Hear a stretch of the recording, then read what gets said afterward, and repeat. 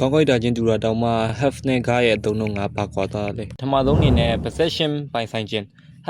have ကိုပိုင်ဆိုင်မှုနဲ့ပတ်သက်ပြီးဖော်ပြတဲ့အခါမှာအသုံးပြုတယ်ဥပမာအနေနဲ့ I have a cat ကျွန်တော်ကောင်မွေးထားတယ်ဒါမှမဟုတ်ကျွန်တော်မှာကျွန်တော်ကောင်ရှိတယ်cat ကိုကြတော့အသေးရရှိတာဒါမှမဟုတ်ဝယ်ယူတာမျိုးကိုဖော်ပြတဲ့အခါမှာအသုံးပြုတယ်ဥပမာအနေနဲ့ I get a new car yesterday ကျွန်တော်မနေ့ကကားအသစ်တစ်စီးဝယ်လိုက်တယ်ဒါမှမဟုတ်ကျွန်တော်မနေ့ကကားအသစ်တစ်စီးရခဲ့တယ်မနေ့ကကျွန်တော်ဖုန်းတစ်လုံးဝယ်လိုက်တယ်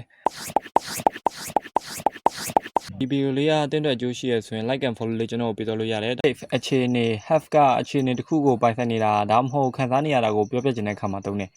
I have a headache ကျွန်တော်ခေါင်းကိုက်နေတယ် get ကြတော့အခြေအနေတစ်ခုကရုပ်တရက်ကြုံတွေ့လိုက်ရတာဒါမှမဟုတ်ပြောင်းလဲသွားတာကိုပြောချင်တဲ့အခါမှာသုံးတယ် I get a headache ကျွန်တော်ရုပ်တရက်ခေါင်းကိုက်လာတယ်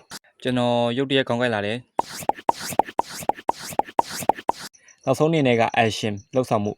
have ကအကြောင်းအရာတစ်ခုဖော်ပြခြင်းသုံးတယ် we had a good time ပြောတဲ့အချိန်လေးရှိခဲ့တယ် get ကြတော့တစ်ခုခုကိုလက်ခံရရှိရဒါမှမဟုတ်ဖြစ်လာတာကိုဖော်ပြတဲ့အခါမှာသုံးတယ် I get a call ကျွန်တော်ရှိဖုန်းဝင်လာတယ် I get a letter ကျွန်တော်ရှိစာတစ်စောင်ရောက်လာတယ်ကျွန်တော်စီ message တစ်စောင်ရောက်လာတယ်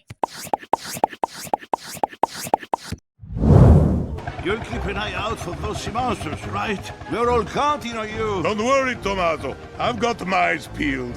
They won't get away. You got my eyes peeled ဆိုတာဘာကိုဆိုရလဲ To keep your eyes where we street during the night sleep ညဘက်အချိန်မှာမျက်လုံးတွေကိုကောင်းစွာအနာပေးခြင်း To keep your eyes open and watch carefully မျက်လုံးတွေကိုတခြားဖွင့်ထားပြီးကြည့်စားစောင့်ကြည့်ခြင်း To wear special contact lenses for better eyesight အမြင်အာရုံပိုကောင်းဖို့အထူးမျက်ကပ်မှန်တပ်ဆင်ခြင်း